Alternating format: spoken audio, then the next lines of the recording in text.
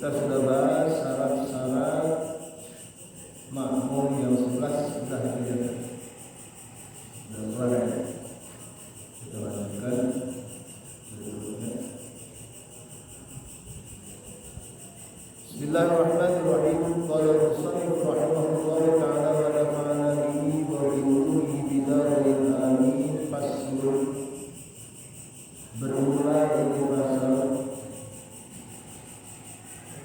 suwarul qudwati tis'un fasihu fi khamsin qudwatu rajulin bi rajulin wa qudwatu mar'atin bi rajulin wa qudwatu ukhra bi rajulin wa qudwatu mar'atin bi hunsa wa qudwatu mar'atin bimra'atin wa tabtulu fi arba'in qudwatu rajulin bimra'atin wa qudwatu rajulin bi unsa wa qudwatu unsa bimra'atin wa qudwatu unsa bi unsa.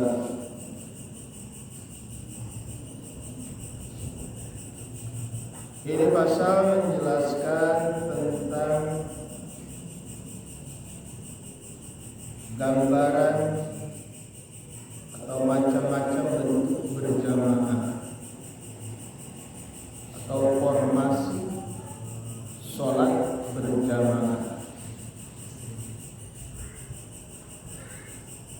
Bentuk-bentuk berjamaah itu ada 9. Tasihu yukhamsin, yang 5 bentuk jamaah yang sah.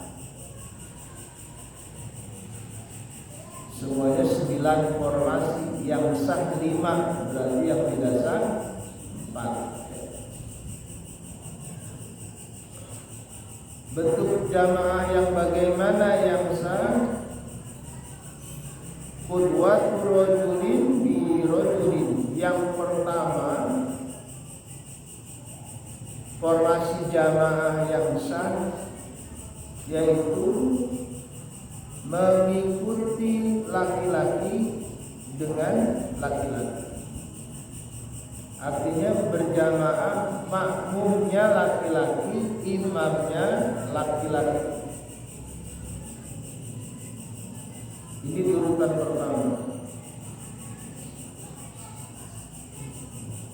Karena memang yang sangat dianjurkan untuk sholat berjamaah adalah laki-laki. Makanya bentuk berjamaah pertama yang sah menurut fikih adalah berjamaahnya laki-laki kepada imam laki-laki.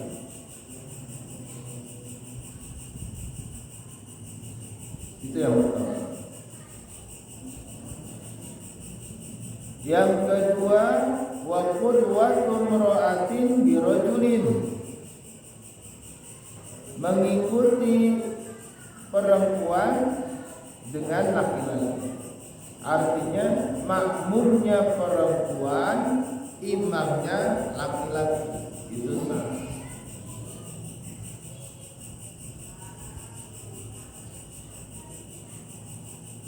Jadi makmum perempuan, kalau tadi makmumnya laki, imamnya laki-laki. Ini makmumnya perempuan, imamnya laki-laki. Nah, berjamaah yang seperti itu sah. Yang ketiga, wa qudwatu hunsa bi rajulin. Bentuk berjamaah yang ketiga yang sah menurut ilmu fikih adalah mengikutinya banci bi rajulin kepada laki-laki. Hunsa. Ada unsa, ada hunsa pakai h. Kalau pakai hamzah, unsa artinya perempuan. Kalau hunsa pakai h, hunsa itu banci. Banci ngamun kepada laki-laki sah.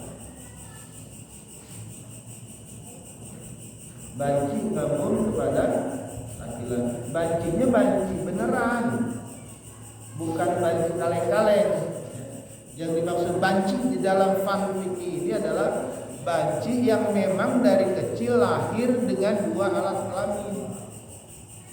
Jadi ada manusia yang dilahirkan dengan 2 jenis alat kelamin, itu dinamakan unsa. Bukan unsa yang kalau malam yanti siang yanto, bukan. Itu mah unsa jadi-jadian. Enggak, yang dimaksud di sini adalah unsa yang benar-benar asli. Nah, itu kalau banci ngamum sama laki-laki sah.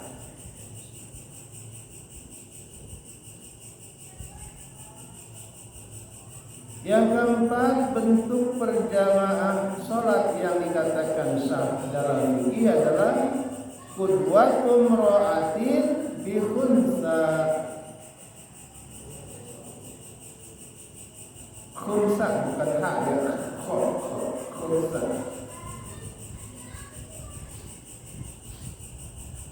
Mengikutinya perempuan dengan banci. Jadi perempuan sah hamum sama imam banci. Khunsa. Laki-laki kepada laki-laki jelas itu sah. Perempuan kepada laki-laki sah.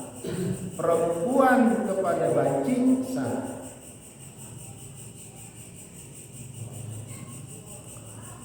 Kelima, sholat berjamaah, model sholat berjamaah atau formasi sholat berjamaah yang sah dikatakan dalam fikih adalah qudwatun mra'atin bimra'atin, perempuan ngabung mengikuti perempuan. Jadi makmumnya perempuan, imamnya perempuan. Kelima yang dikatakan sah. Berarti tinggal 4 yang tidak sah. Saya ulangi, yang sah laki-laki ngabung kepada laki-laki, perempuan ngabung kepada laki-laki, banci ngabung kepada laki-laki, perempuan ngabung kepada banci, perempuan ngabung kepada perempuan.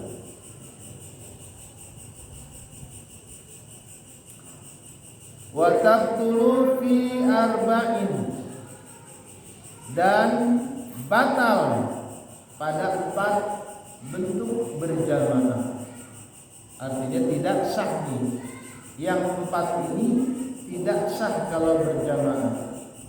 Berjamaah yang mana yang tidak sah? Pertama, qudwatu rajulin bimra'atin, laki-laki ngikuti perempuan. Tidak sah. Jadi kita di rumah misalnya berjamaah, walaupun istri kita ustazah, kita bukan, dia nggak sah jadi imam. Jangan diserahin ke istri, mama aja deh jadi imam, mama kan ustazah, nggak boleh gitu, nggak sah jadi imam. Perempuan jadi imamnya laki-laki tidak sah. Mau dia pinteran, mau dia jabatannya tinggi, misalnya Pak RT, istrinya bupati, tetap kalau jadi sholat imamnya yang RT. Jangan kata baru setingkat ustazah, andaikan perempuan wali di perempuan, dia jadi imam sholat laki-laki nggak sah, tidak sah. Perempuan ngimamin di belakangnya laki-laki nggak sah. Itu yang pertama.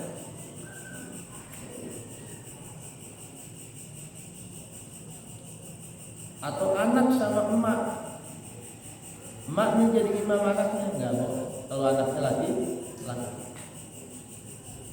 Jadi anak kecil yang baru mulai ikut sholat, nggak masalah itu, dia ngikut.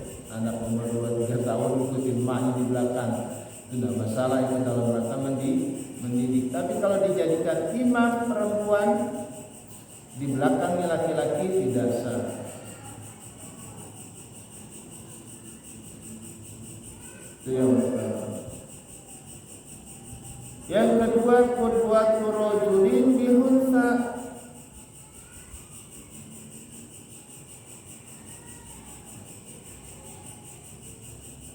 laki-laki ngabung kepada banci. Laki-laki normal tidak sah ngabung sama imam yang imamnya banci, tidak sah. 2. Jadi laki-laki, kalau misalnya kita punya teman banci, misalnya mau sholat berjamaah, ya yang normal yang jadi imam. Jangan si banci disuruh jadi imam. Kecuali itu banci punya temannya perempuan. Kalau ada 2, ada banci ada perempuan, kalau mau berjamaah yang banci yang jadi imam.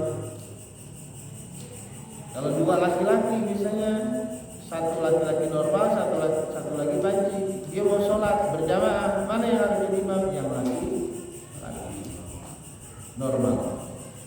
Kalau yang banci walaupun dia pinteran, hafalannya banyak kan,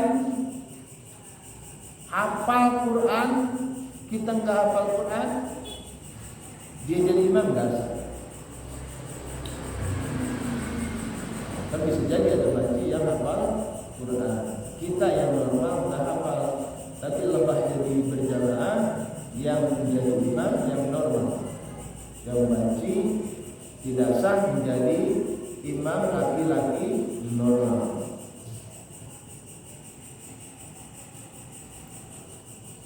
Wa qudwatu unsa bimra'atin. Bentuk berjamaah yang ketiga dikatakan tidak sah, yaitu banci ngamun kepada perempuan. Banci ngamun kepada perempuan. Wa qudwatu unsa bihunsa. Dan tidak sah banci ngamun kepada banci. Jadi kalau ada dua banci bersahabat mau sholat berjamaah nggak sah, dia kudu sholat masing-masing. Kalau satu jadi imam satu bukan, karena banci itu dihukumi mana yang dominan, kan kita nggak tahu banci dia dominannya laki-laki atau perempuan, kan ada yang tahu. Seandainya ada dua banci, ada dua unsa, yang satu dominan ke perempuan, berarti dia dihukumi perempuan kan, tapi kan nggak ada yang tahu. Kalau dia jadi imam, bisa jadi dia yang jadi imam yang dominan perempuan, yang belakangnya dominan laki-laki, kan jadi nggak sah. Makanya perjamaah banci dengan banci di dalam fikih dianggap berjamaah yang tidak dihukumi tidak sah. Jadi kalau ada 5 orang misalnya, perempuan 4 orang, banci 1 orang, kalau berjamaah yang banci imamnya. Kalau ada 2 orang perempuan mau jadi imam boleh, tapi kalau dua-duanya banci, dia tidak boleh mengadakan berjamaah masing-masing sholat. Kalau dua-duanya banci nggak sah. Tapi kalau perempuan dengan banci yang jadi imam, jangan yang perempuan. Kalau perempuan dia pinteran, banci enggak, tetap nggak boleh jadi imam banci. Jadi urutan pertama, kalau yang sah, urutan pertama laki-laki ngamun kepada laki-laki, itu urutan pertama. Yang paling dianjurkan berjamaah adalah laki-laki. Kemudian perempuan ngikut sama laki-laki. Kemudian banci ikut laki-laki, perempuan ikut banci,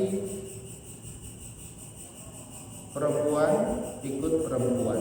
Itu yang sah imam. Gampang ya paling, laki-laki dengan laki-laki, perempuan dengan laki-laki, banci dengan laki-laki, terus perempuan dengan banci, perempuan dengan perempuan. Itu yang dikatakan sah. Yang tidak sah, laki-laki ngamun sama perempuan, laki-laki ngamun sama banci, perempuan ngamun sama banci ngamun sama perempuan, banci ngamun sama banci. Itu yang tidak sah 4. Jadi 4 formasi sah, dan yang 5 formasi 5 bentuk sah, yang 4 tidak sah. Terus posisinya kalau perempuan disunahkannya kalau ngamun imamnya laki-laki, perempuan di belakang sebelah kiri. Ambil posisinya sebelah kiri. Jadi kalau istri kita ngomongin istri kita di sebelah belakang kiri. Tapi kalau jamaahnya laki-laki dengan laki-laki, sebelah kanan imam. Bagaimana kalau ada laki-laki sama perempuan? Saf pertama laki-laki, di belakang perempuan. Jangan campur kayak itu. Itu campur. Depan ada perempuan, belakang ada laki-laki, itu tidak boleh acak-acakan gitu. Kecuali dalam keadaan darurat. Di masjid, misalnya jadi sholat raweh, saf pertama perempuan, saf 2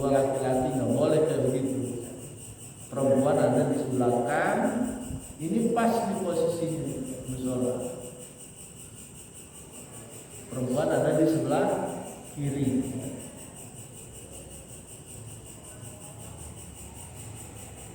Ada juga di masjid, banyak masjid yang kurang pas, termasuk masjid Baitul Hikmah, posisi perempuan adanya di sebelah kanan, kurang pas, sah tidak masalah, sah, cuma kurang sesuai aturan fikih.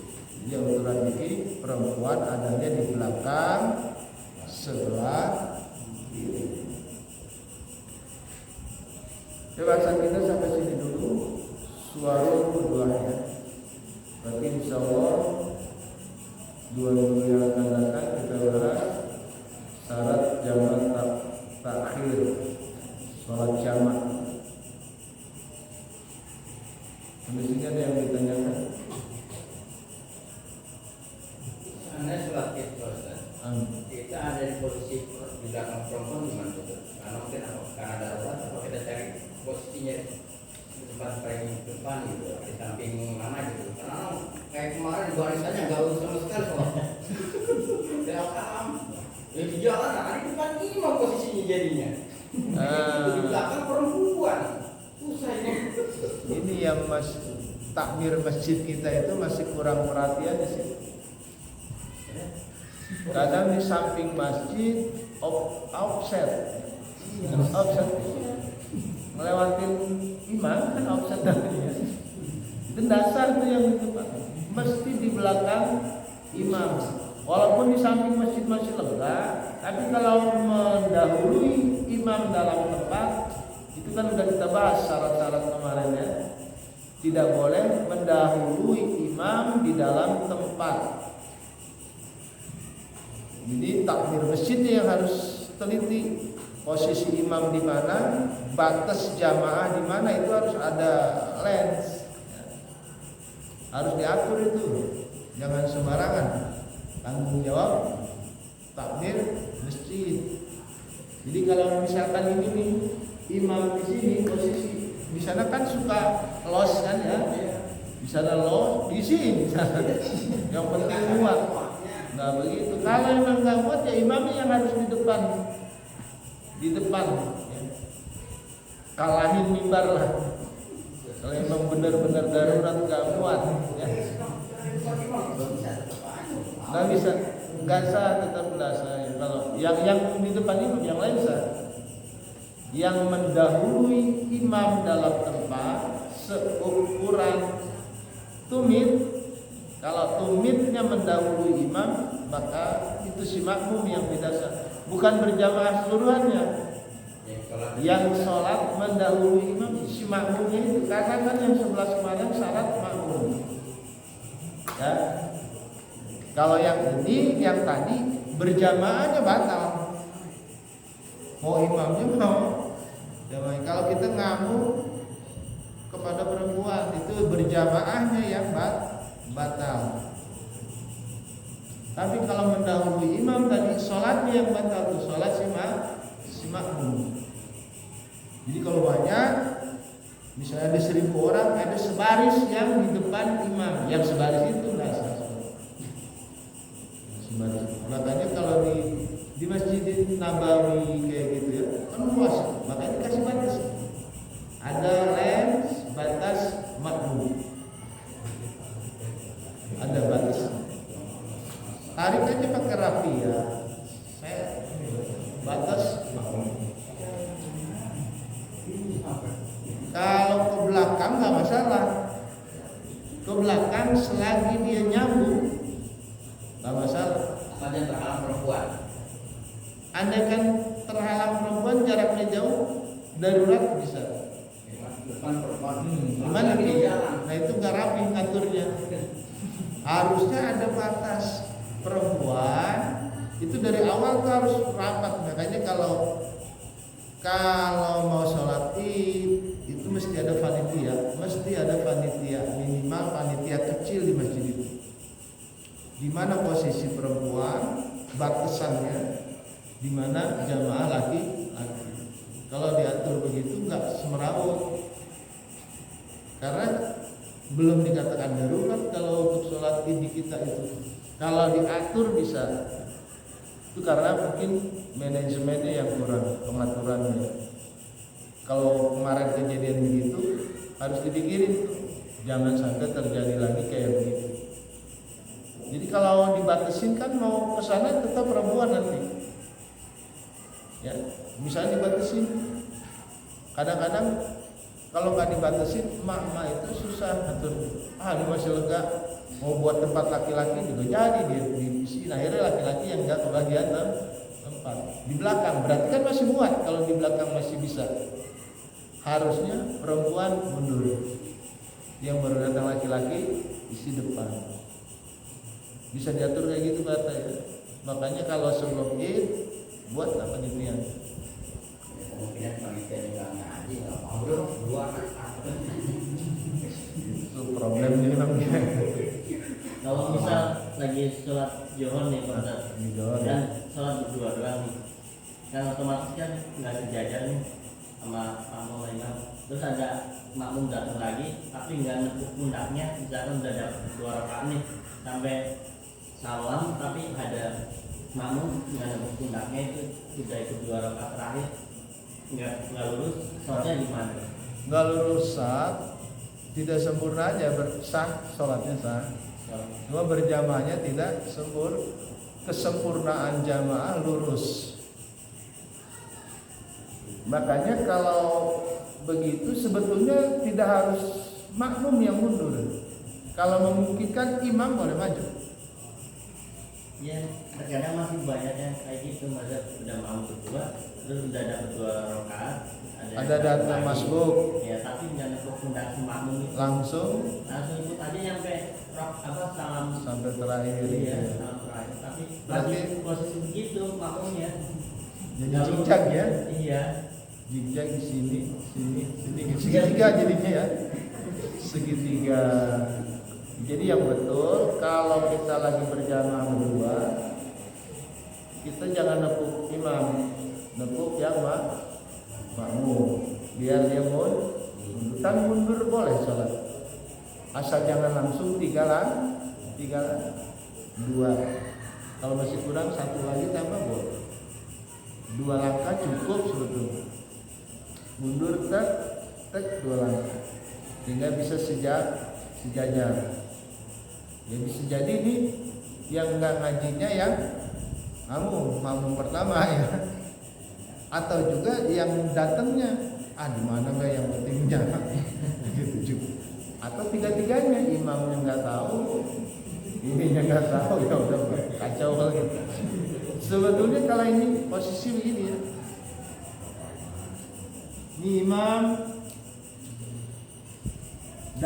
berdua kan harus agak ke depan gitu ya. Kalau kita di sini dia nggak mungkin bisa nih.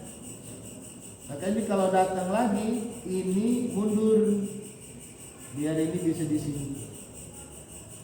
Kalau si makmumnya nggak paham, ini si makmum nggak paham nih PA nih.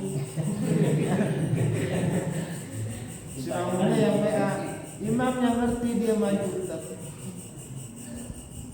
Imam yang maju sehingga bisa sejajar di belakang. Jadi nggak harus makmum yang mundur, boleh imam maju, kecuali imam udah menggabukin tempat, mentok tembok. Nah itu mau nggak mau ya harus makmum yang mundur. Tapi kalau biasanya kan kalau berdua nggak di mimbar biasanya. Tapi ada yang kejadian begitu sering. Jadi zigzag ya? Iya, kalau gini. Tarik nggak apa? Tarik pelan-pelan. Tapi mikirin dulu kalau gue tarik ditonjok nggak nih kira-kira.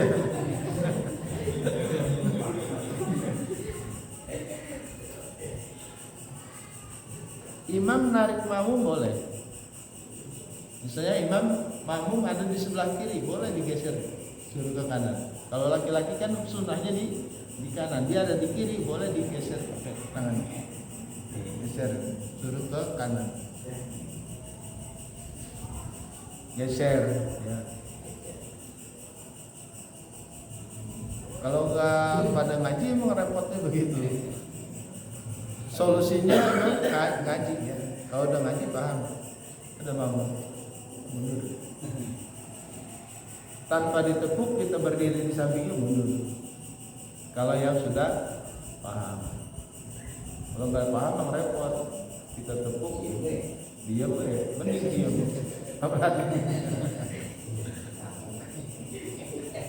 Kalaupun begitu, sholatnya tetap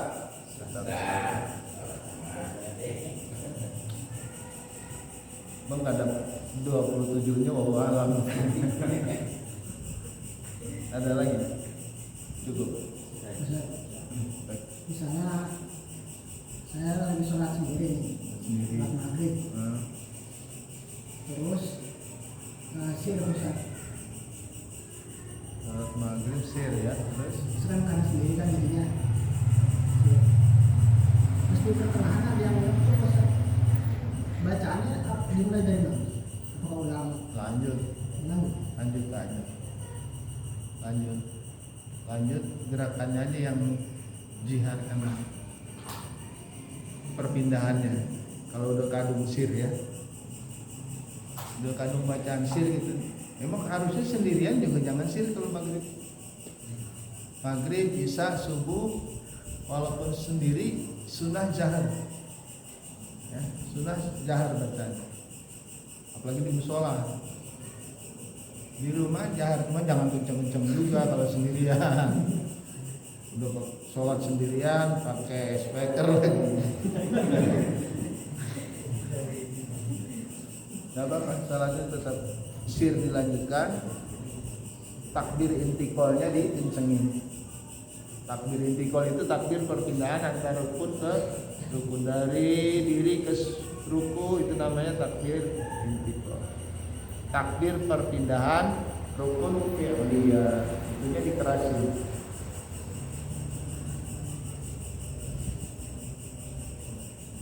Terus sekali lagi, sholat malam, sholat fardu malam dan subuh itu sunnahnya zahar yang 2 rakaat, rakaat pertama dan rakaat kedua.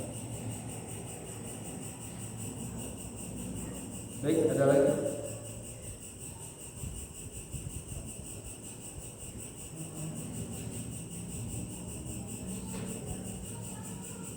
Kalau tidak ada, kita cukupkan.